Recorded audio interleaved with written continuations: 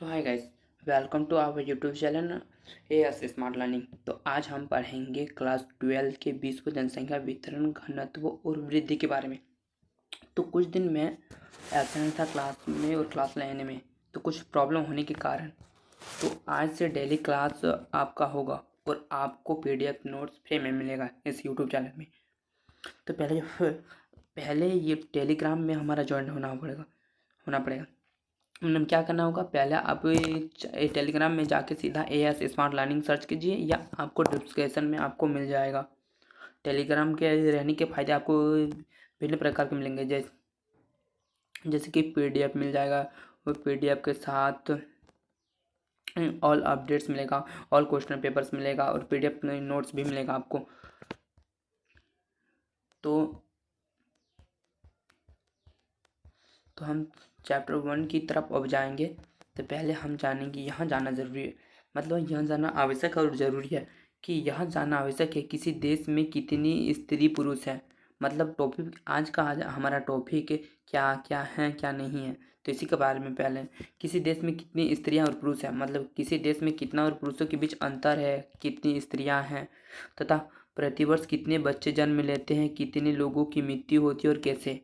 मतलब किसी देश में कितने बच्चे जन्म लेते हैं और कैसे मृत्यु होती है और उनका जन्म कैसे लेते हैं, इनके बारे में पढ़ेंगे। तथा कितने लोगों की मृत्यु होती है और कैसे, मतलब किसी देश में या राज्य या किसी स्थान में किस प्रकार और क्यों कैसे लोगों की मृत्यु होती है और कितने लोगों की मृत्यु होती है, इसी के बारे में पढ़ेंगे।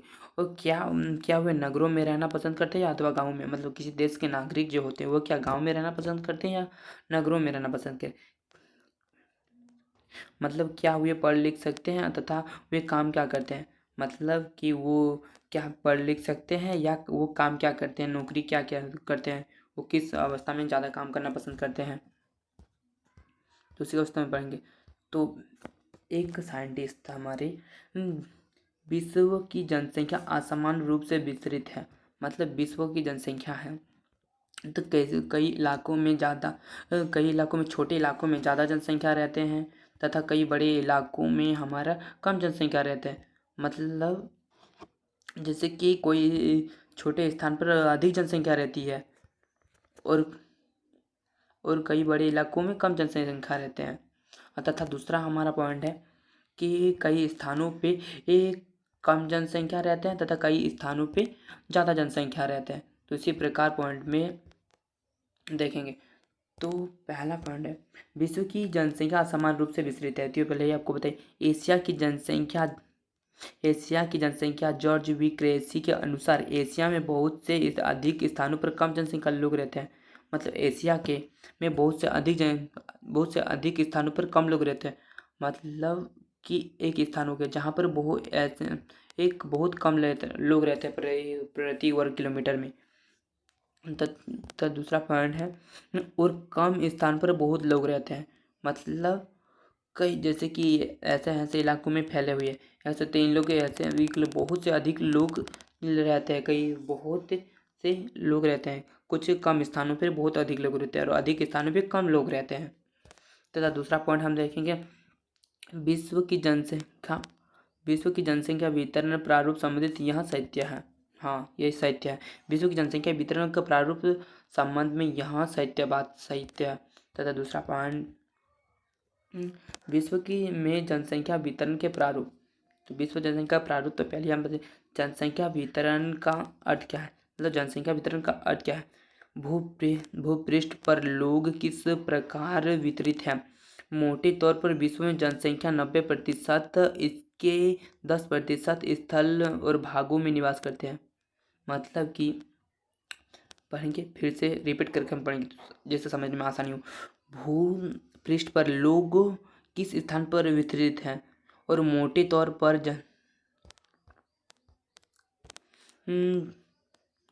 जनसंख्या करते भूपृष्ठ में लोग किस प्रकार विस्तृत करते हैं। मोटे तौर पर विश्व की जनसंख्या 90% किसके 10 अनुसार लगभग भाग निवास करते हैं। मतलब कि लोग उस स्थान पर रहना पसंद करते हैं जैसे कि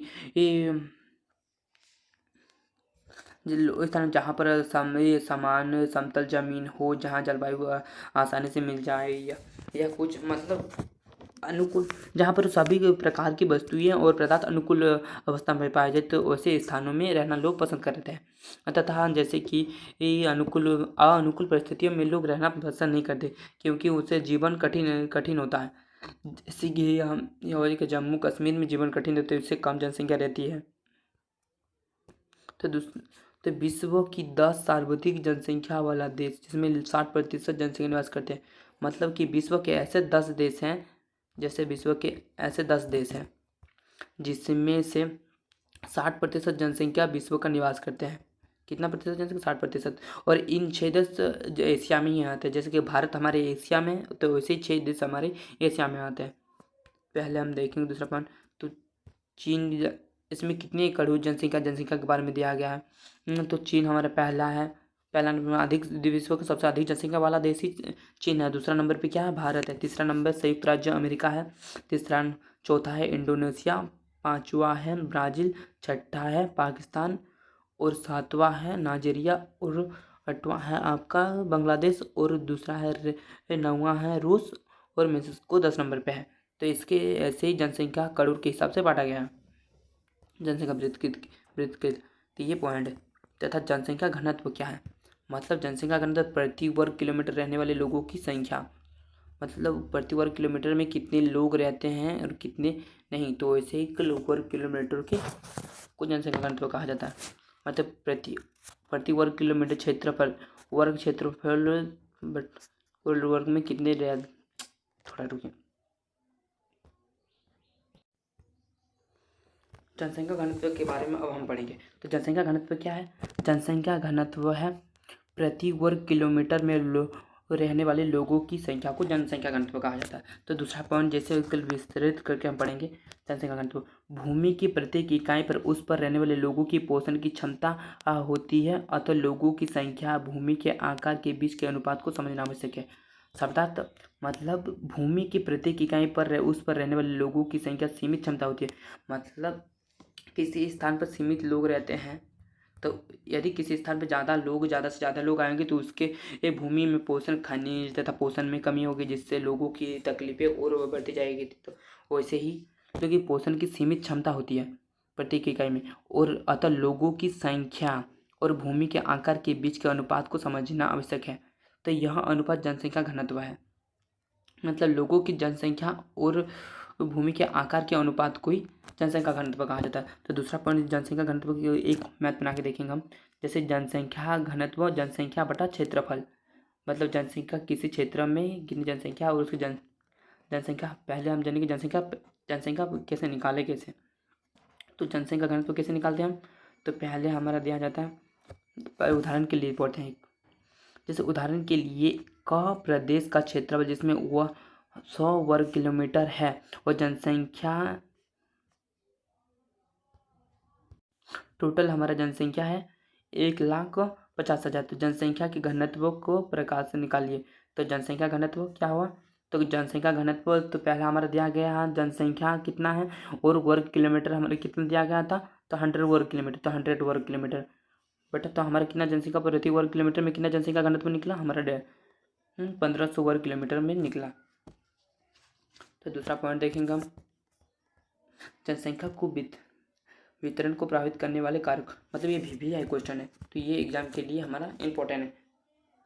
तो ये नोट्स बनाकर रख लीजिएगा, आपको काम देगा। जनसंख्या वितरण, तो जनसंख्या को प्रभावित करने वाले 3 कारक है, जैसे हो गया भौगोलिक कारक, आर्थिक कारक और सामाजिक कारक। तो इसको हम पॉइंट वाइज पढ़ेंगे। तो पहले हम पढ़ेंगे भौगोलिक कारक के। भौगोलिक कारक में क्या? भौगोलिक कारक में जल, भूमि, भूआकृति, जलवायु, मृदा और खनिज में है। और आर्थिक कारक में खनिज, नगरीकरण और औद्योगिकरण। खनिज रहेगा तो नगरीकरण होगा, नगरीय खनिज रहेगा जैसे औद्योगिकरण में वृद्धि होगा, और औद्योगिकरण होने से नगरीकरण में वृद्धि होगा। तो सामाजिक और सांस्कृतिक कारण जैसे कि बनारस, देवघर आदि ऐसे कुछ स्थान पर जहाँ लोग जनसंख्या धार्मिक कारणों से वह प्रभावित करते हैं। तो पहले हम भौगोलिक कारक का पॉइंट में पढ़ेंगे जल। तो लोग ऐसी जगह पर बसना पसंद करते जहाँ पर आसानी से जल उपलब्ध हो, इसलिए दुनिया में नदी घाटी पर संकट वाला क्षेत्र देश है। मतलब लोग ऐसा स्थान पर रहना या बसना पसंद करते हैं जहाँ से आसानी से जल उपलब्ध हो, इसलिए हमारा दुनिया आधा से अधिक देश नदी किनारे बसी हुई है। जैसे आधा से अधिक हमारा जैसे कि माना जाता है कि कौन सा शहर किस नदी के किनारे स्थित है, कौन सा देश किस नदी के किनारे स्थित है, वैसे ही माना जाता है। तो दूसरा पॉइंट है भू आकृति। तो लोगों की समतल स्थान पर बसना पसंद करते हैं जो सड़क निर्माण औद्योगिक के लिए अनुकूल हो, क्योंकि पहाड़ी परिस्थितियों में लोगों कम रहना पसंद करते हैं। लोग किस स्थान पर बसना पसंद करते, लोग जैसे समतल स्थानों पर रहना पसंद करते हैं जहाँ पर वो अनुकूल रूप से रह सकें, और सड़क जहाँ पर आसानी से सड़क हो, जहाँ आने जाने के लिए कुछ उपलब्धियाँ गाड़ी घोड़े हो तथा औद्योगिक अनुकूल से रूप से औद्योगिक सामने हो, क्योंकि औद्योगिक होने से उन्हें रोजगार में वृद्धि होती है औद्योगिक होने से। और तथा मरुस्थलीय में लोग रहना कम पसंद करते हैं, क्योंकि वहाँ अनुकूल स्थिति नहीं है कि वो आदमी या कोई व्यक्ति वहाँ रह सकता है, इसलिए लोग वहाँ कम रहना पसंद करते हैं। पहाड़ी इलाकों में, मरुस्थलीय इलाकों में, आदि इलाकों जैसे होते हैं। तथा दूसरा पॉइंट है जलवायु। अधिक उष्ण तथा ठंडे मरुस्थलियों की विषम जलवायु मानव बसना इसलिए असुविधाजनक होती है। मतलब अधिक उष्ण या अधिक गर्मी या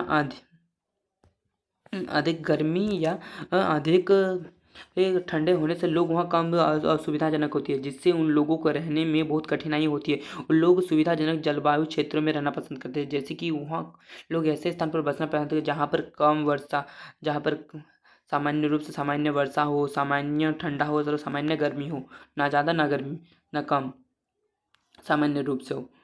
और मृदा में किसी व्यक्ति को रहने पर मृदा डिपेंड करता है कि वो कृषि करके वो खा सकता है ताकि। तो उपजाऊ मृदा कृषि के लिए महत्वपूर्ण है, इसलिए उपजाऊ दोमट वाले मिट्टी में प्रदेशों में अधिक लोग निवास करते हैं। दोमट मिट्टी एक ऐसी प्रकार की मिट्टी है जहाँ पर कृषि के लिए उपयुक्त मिट्टी मानी जाती है दोमट मिट्टी को। तो यहाँ गहन कृषि का आधार बन सकती है, क्योंकि यह मृदा गहन कृषि का आधार बन सकती है दोमट मिट्टी, इसीलिए लोग वहाँ ज़्यादा रहना पसंद करते हैं। ये होगा हमारा भौगोलिक कारक। तो हम दूसरा पढ़ेंगे आर्थिक कारक।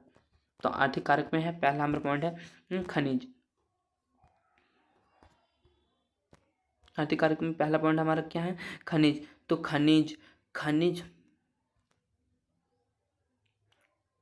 खनिज से संयुक्त क्षेत्र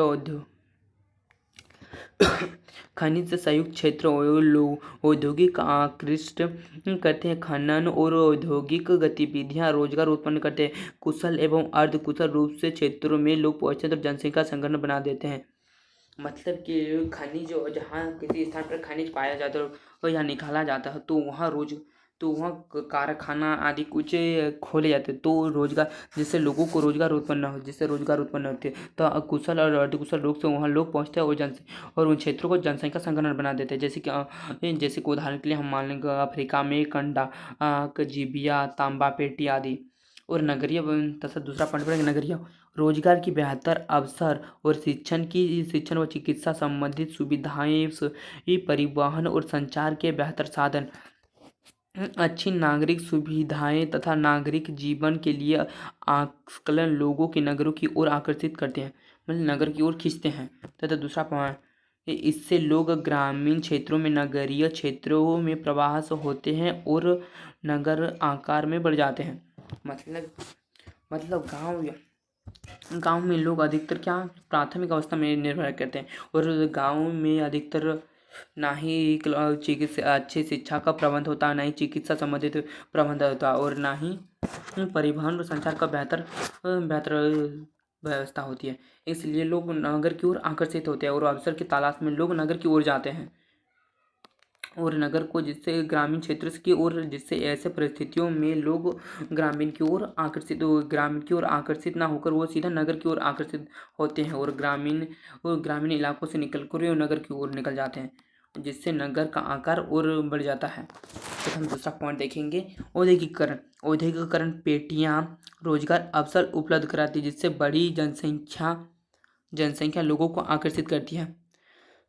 मतलब कि औद्योगिक पेटियां या किसी क्षेत्र में किसी क्षेत्र में यदि ये न्यू उद्योग खुला गया है, कारखाना खुला गया है, तो लोग काम के तलाश में वो स्थान पर आकर्षित होते हैं, जिससे लोगों बड़ी संख्या में वो लोग आकर्षित होते हैं। भारत में अधिकतर अभी बेरोजगार घूम रहे हैं, जिससे लोग किसी क्षेत्रों में रोजगार की तलाश में निकल जाते हैं। ये नहीं, इनमें केवल कारखाना श्रमिक ही नहीं बल्कि परिवहन संचालक, दुकानदार, बैंकिंग, डॉक्टर, अध्यापक तथा अन्य सेवाएं उपलब्ध भी कराते हैं। मतलब औद्योगिकरण नहीं, वो रोजगार तो उपलब्ध कराते हैं, साथ ही वो कई प्रकार के रोजगार उपलब्ध कराते, जैसे कि परिवहन चालक हो गए, दुकानदार हो गए, बैंकिंग कर्मी, डॉक्टर, अध्यापक तथा अन्य और करवाते हैं। तथा जैसे कि उदाहरण के लिए हम मान सकते हैं कि जापान में एक औद्योगिक खुला गया था, जिससे लोग और आकर्षित हुए थे। जैसे जापान में कोबे ओसाका प्रदेश अनेक औद्योगिक स्थितियों जैसे लोग संगठन बना देते हैं, जहाँ पर औद्योगिक होते हैं, अधिक जनसंख्या में वो आकर्षित होते हैं। और हम सांस्कृतिक कारक पढ़ेंगे दूसरा पॉइंट में। सांस्कृतिक कारक क्या है? कुछ स्थानों में धार्मिक अथवा सांस्कृतिक महत्वों के कारण अधिक लोग आकर्षित होते हैं। तो पहले आपको हम बता दें, तो कुछ स्थानों में कुछ लोग धार्मिक और सांस्कृतिक महत्व को समझने के कारण वो आकर्षित होते हैं, जिससे लोग किसी स्थान से धार्मिक स्थान पर चले जाते हैं, जिससे वहाँ जनसंख्या में बढ़ जाती है। और ठीक इसी प्रकार लोग उन क्षेत्रों को छोड़कर चले जाते हैं जहाँ सामाजिक और राजनीतिक अशांति हो।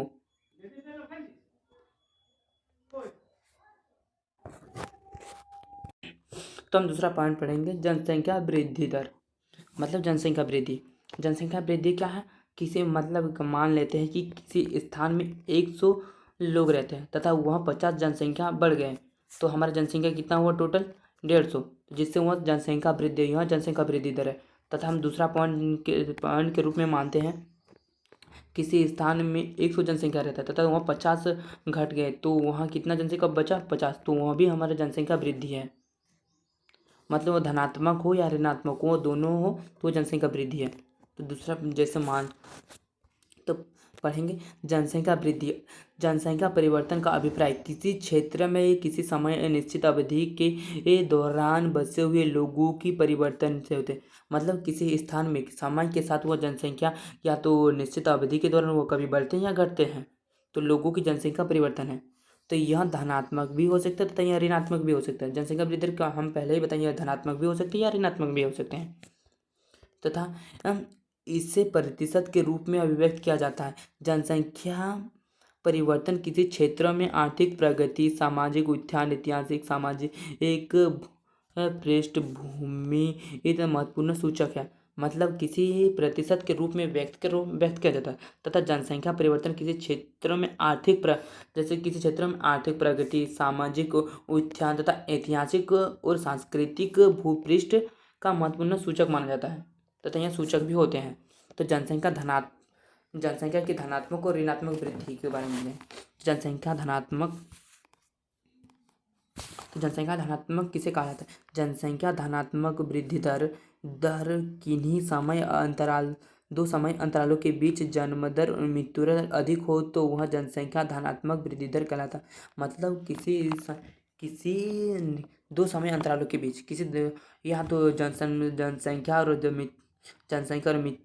मृत्यु दर जन्म दर और मृत्यु दर दोनों अधिक हो तो वह जनसंख्या धनात्मक वृद्धि दर कहलाती है। तथा हमारा दूसरा पॉइंट है जनसंख्या ऋणात्मक वृद्धि दर। जनसंख्या ऋणात्मक वृद्धि दर के बारे में पढ़ेंगे। जनसंख्या की ऋणात्मक वृद्धि दर कहीं दो समय अंतरालों के बीच जनसंख्या मृत्यु दर कम हो तो इन जनसंख्या को ऋणात्मक वृद्धि दर कहलाता है।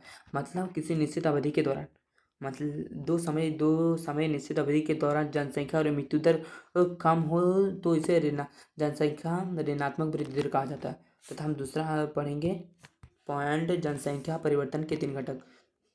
तो मतलब जनसंख्या परिवर्तन के घटक क्या है? तो जनसंख्या में किसी स्थान में कैसे मृत्यु दर होती है, किसी स्थान पर जन्म दर होती है, कैसे मृत्यु दर और प्रवास। तो हमारे जनसंख्या परिवर्तन के 3 घटक क्या क्या है? जन्म दर, मृत्यु दर और प्रवास। तो पॉइंट के बारे हम पढ़ेंगे। तो पहला हम पढ़ेंगे जन्म दर और मृत्यु दर। तो जन्म दर क्या? अशोधित जन्म मतलब CBR को प्रति 1000 स्त्रियों के द्वारा जन्म दिए गए जीवित बच्चों के रूप में व्यक्त किया जाता है। मतलब किसी स्थान में अशोधित दूसरा पॉइंट जैसे मान लेते हैं कि किसी अशोधित किसी स्थान में किसी स्थान में स्त्रियों के द्वारा जीवित बच्चों के रूप में जीवित बच्चों को जन्म दिया जाता है। जिसे जीवित बच्चों को जन्म दिया जाता है तो उसे क्या माना जाता है? जन्म दर। तथा मृत्यु दर क्या होता है कि अशोधित मृत्यु दर किसी क्षेत्र में विशेष किसी वर्ष के दौरान प्रति 1000 जनसंख्या के पीछे मृत्यु के रूप में व्यक्त किया जाता है। मतलब किसी स्थान में किसी वर्ष के दौरान हाँ, जीवित लोग रहते हैं तो उनमें से कितने लोगों की मृत्यु हुई तो उन लोगों के रूप में व्यक्त किया जाता है। तो यह मृत्यु के रूप में व्यक्त किया जाता है। तो ये क्या है? मृत्यु दर। तथा हम दूसरा पॉइंट है पढ़ेंगे प्रवास। तो प्रवास क्या है? जब लोग एक स्थान से दूसरे स्थान पर चले जाते तो वहाँ लोग गमन करते हैं। तो प्रवास क्या कहा जाता है? जब लोग एक स्थान से दूसरे स्थान को चले जाते हैं तो उसे प्रवास कहा जाता है। तो वो वह स्थान जो लोग गमन करते हैं तो उसे उद्गम कहा जाता है। मतलब जहाँ लोग गमन करते हैं तो उसे क्या कहा जाता है? उद्गम। और जिस स्थान में आगमन करते हैं तो उसे गंतव्य स्थान कहा जाता है। तो जिस स्थान में गमन करते हैं उसे उद्गम स्थान कहा जाता है तथा वह जिस स्थान में आगमन करते हैं उसे गंतव्य स्थान कहा जाता है। प्रवास उद्गम उस स्थान जहाँ पर उद्गम स्थान जनसंख्या को कमी दर्शाती है। मतलब उद्गम स्थान जहाँ से लोग गमन करते हैं तो उसे जनसंख्या कमी दर्शाती है। तथा जबकि गंतव्य स्थान जनसंख्या को वृद्धि दर बढ़ाई दिखाई देती है। तो मतलब बढ़ जाती है। तो प्रवास स्थायी भी हो सकता है, मौसमी भी हो सकता है। मतलब प्रवास स्थायी भी हो सकता है, अस्थायी भी हो सकता है, मौसमी भी हो सकता है। यह गांव से गांव भी हो सकता है, गांव से शहर भी हो सकता है, नगर से नगर भी हो सकता है, गांव से नगर की ओर भी हो सकता है। प्रवास दो प्रकार के थे। तो प्रवास के दो पॉइंट पढ़ेंगे। तो प्रवास क्या कौन सा प्रवास है? तो पढ़ेंगे अप्रवास। पहले प्रवासी लोग जो कई नए स्थान पर चले जाते हैं तो उसे अप्रवासी लोग कहते हैं। मतलब प्रवासी लोग जो किसी नए स्थान पर चले जाते हैं तो उसे क्या कहा जाता है? अप्रवासी। तो उत्प्रवासी कहाँ है? उत्प्रवासी मतलब उत्प्रवास। प्रवासी लोग जो एक स्थान से बाहर चले जाते हैं उसे उत्प्रवासी कहलाते हैं। मतलब कई आदमी होते हैं जो बाहर काम के लिए चले जाते हैं तो एक स्थान से दूसरे स्थान में चले जाते हैं तो उसे क्या कहते हैं? उत्प्रवास कहा जाता है। तो हम दूसरा पढ़ेंगे प्रवास को प्रभावित करने वाले कारक। तो प्रवास को प्रभावित करने कौन से कारक? एक प्रतिकर्ष कारक और एक अपकर्ष कारक। तो प्रतिकर्ष कारक जिसमें अच्छी बात बताएंगे और अपकर्ष कारक जिसमें हानि बात बताएंगे। तो इससे हम प्रतिकर्ष कारक को हम माइनस के रूप में लेंगे और अपकर्ष कारक को प्लस के रूप में लेंगे जिससे आपको डाउट ना हो। तो प्रवास को प्रभावित करने वाले कारक पढ़ेंगे। तो पहले हम पढ़ेंगे अपकर्ष। तो अपकर्ष रहन सहन की सुविधा। अपकर्ष कारक में रहन सहन की निम्न दशाएं होती है अपकर्ष कारक में। तथा यहाँ रहने वाली अलग दशाएं होती है। तथा रोजगार में निम्न दशाएं का मतलब रोजगार में कम मिलती है। जो रोजगार में दशाएं होती है, रोजगार ये अच्छे से नहीं मिल पाती। तथा यह प्राकृतिक अनुकूल भी प्राकृतिक आपदाएं होती है और प्राकृतिक महामारी तथा आर्थिक पिछड़ापन आदि प्रतिकर्ष कारक में। तो अपकर्ष कारक में हम पढ़ेंगे। तो अपकर्ष कारक में प्लस के रूप में माने जो अच्छी बात बताएंगे। तो अपकर्ष कारक जिस काम के लिए बेहतर अवसर, रहन सहन की अच्छी दिशाएं तथा शांति व स्वास्थ्य अनुकूल जलवायु, जीवन व संपत्ति की सुरक्षा जिसमें अपकर्ष कारक में होते हैं। तथा हम दूसरा पॉइंट पढ़ेंगे जनसंख्या संक्रमण का सिद्धांत। मतलब जनसंख्या संक्रमण सिद्धांत क्या है और तो जनसंक्रामण सिद्धांत के पहले बताते थे। जनसंख्या संक्रमण के तीन अवस्था होते हैं। प्राथमिक अवस्था, द्वितीय अवस्था और तृतीय अवस्था।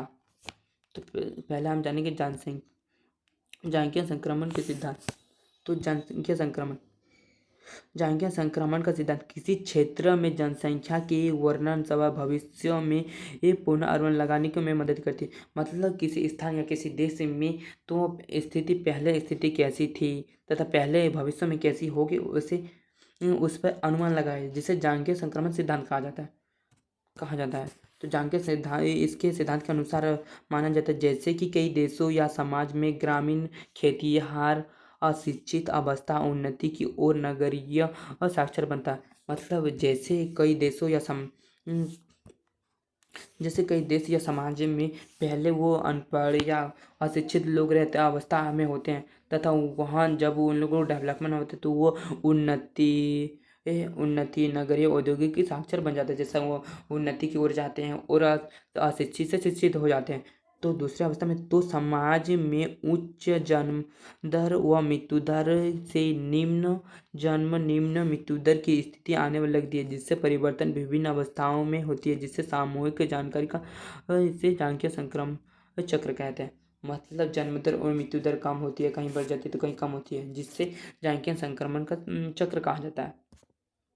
तो दूसरा पॉइंट, तो पॉइंट्स के बारे में पढ़ें तो अवस्था के बारे में। तो जानकीय संक्रमण सिद्धांत की कितनी अवस्था है, तो हमारे इसकी 3 अवस्था है। तो प्रथम अवस्था में पढ़ेंगे, प्रथम अवस्था में उच्च जन्म दर और उच्च मृत्यु दर होती है, जिससे जनसंख्या धीमी होती है और अत्यधिक लोग प्राथमिक व्यवसाय में लोग कहते हैं, जिससे बड़े परिवार की संपत्ति माने जाती है और जीवन के पश्चात निम्न होती है। मतलब प्रथम अवस्था में क्या होता है, उच्च जन्म दर और उच्च मृत्यु दर होते हैं। जैसे गाँव में उच्च जन्म और मृत्यु दर होते हैं और जनसंख्या धीमी होती है। और जनसंख्या वृद्धि दर कैसी होती है, प्रथम अवस्था में जनसंख्या वृद्धि दर धीमी होती है और अधिक लोग प्राथमिक अवस्था में व्यवसाय करते हैं। मतलब कि प्राथमिक अवस्था में करते हैं, जैसे कि कृषि हो गया, मत्स्य पालन, पशुपालन आदि के रूप में। और यहाँ ये बड़े परिवार की संपत्ति माने जाते हैं तथा यह जीवन परिस्थितियाँ निम्न होती है। तो हम दूसरा अब पढ़ेंगे द्वितीय अवस्था में। द्वितीय अवस्था में क्या होता है, इस अवस्था में आरंभ में उच्च जन्म दर बनी होती है, किंतु समय के साथ यह इस अवस्था में जन्म दर घट जाती है और वहाँ मृत्यु दर का अंतर के कारण जनसंख्या तेजी से बढ़ जाती है और घटने लगती है। तो मतलब द्वितीय अवस्था में क्या होता है, आरंभ में जन्म दर बनी रहती है और किंतु समय के साथ वहाँ मृत्यु दर भी घट जाती है। और जन्म दर और मृत्यु कि या तो कभी वहाँ बढ़ जाती है या कभी घट जाती है जन्म दर द्वितीय अवस्था में। तो ये जिसमें मृत्यु दर और जन्म दर और मृत्यु दर में अंतर तेजी से अंतर आती है, जिससे बाद में घटने भी लगती है बाद में फिर। तथा दूसरा पॉइंट तृतीय अवस्था में पढ़ेंगे। तृतीय अवस्था में क्या होता है, इस अवस्था में जन्म दर तथा मृत्यु दर मृत्यु दर बहुत कम हो जाती है, लगभग संतुलन की स्थिति हो जाती है। मतलब तृतीय अवस्था में जन्म दर और मृत्यु दर ये होगा जन्म दर, ये होगा मृत्यु दर, जिसमें से जन्म दर में हमारा 50 बच्चे जन्म लिए और मृत्यु दर में 50 बच्चे डेथ हुए, जिससे यहाँ संतुलित हो गया, जिससे जन्म दर और मृत्यु दर हमारा समान हो जाते। तो जनसंख्या या तो स्थिर हो जाती है, अवस्था में बहुत कम हो जाती है, और जन्म दर मतलब क्या होती है, या तो स्थिर जनसंख्या स्थिर हो जाती है या बहुत कम हो जाती है, जिससे अधिक लोग मर जाते हैं या तो अधिक लोग जन्म ले लेते हैं। तथा दूसरा में इस अवस्था में जनसंख्या शिक्षित हो जाते हैं और तकनीकी ज्ञान के द्वारा विचार पूर्वक परिवार का आकार नियंत्रित कर लेती है। तो तृतीय अवस्था में क्या होते हैं, लोग शिक्षित हो जाते हैं तथा तकनीकी ज्ञान प्राप्त कर लेते हैं और पूरा परिवार का आकार नियंत्रित कर लेते हैं, तो तथा वो कम जनसंख्या में रहना पसंद करते हैं। तथा यहाँ बताया कि तथा यह तो विश्व के उदाहरण जनसंख्या में कैसे बढ़े, तो इनके उदाहरण बताएंगे इस पॉइंट में। तो ये आपके लिए VVI क्वेश्चन है, जो एग्जाम के में आपको बार बार प्रीवियस क्वेश्चन में मिल जाएगा, तो बार बार में एग्जाम में पूछे जाते हैं ये वाला क्वेश्चन। तथा दूसरा पॉइंट पढ़ेंगे जनसंख्या को नियंत्रित करने वाले उपाय। तो जनसंख्या नियंत्रित उपाय 3 उपाय हम पढ़ेंगे जनसंख्या नियंत्रित। तो पहला उपाय क्या है, परिवार नियोजन कार्यक्रम और गर्भ निरोधक और शिक्षा का प्रसार। तो परिवार नियोजन कार्यक्रम में क्या होता है, जैसे परिवार नियोजन कार्यक्रम में बताया जाता है कि जैसे आप हम किस प्रकार परिवार में कम जनसंख्या रखेंगे, और गर्भ निरोधक उपाय में बताया जाता है कि जैसे गर्भ निरोधक उपाय में बताया जाता है जैसे कि नसबंदी या ये सुई लेके, जिससे आप गर्भ निरोधक के रूप में बताया जाता है। और शिक्षा का प्रसार, जैसे शिक्षा आपसे आसपास में कुछ कार्यक्रम किए जाते हैं शिक्षा के प्रसार की जनसंख्या को नियंत्रित के लिए बताए जाते हैं। तो इतना ही आज का हमारे चैप्टर में बताया गया है। तो थैंक यू फॉर वॉचिंग। तो आपको नोट्स प्लस PDF चाहिए तो हमारा टेलीग्राम में ज्वाइन रह जाइए, जो डिस्क्रिप्शन में आपको चैनल में मिल जाएगा। Thank you.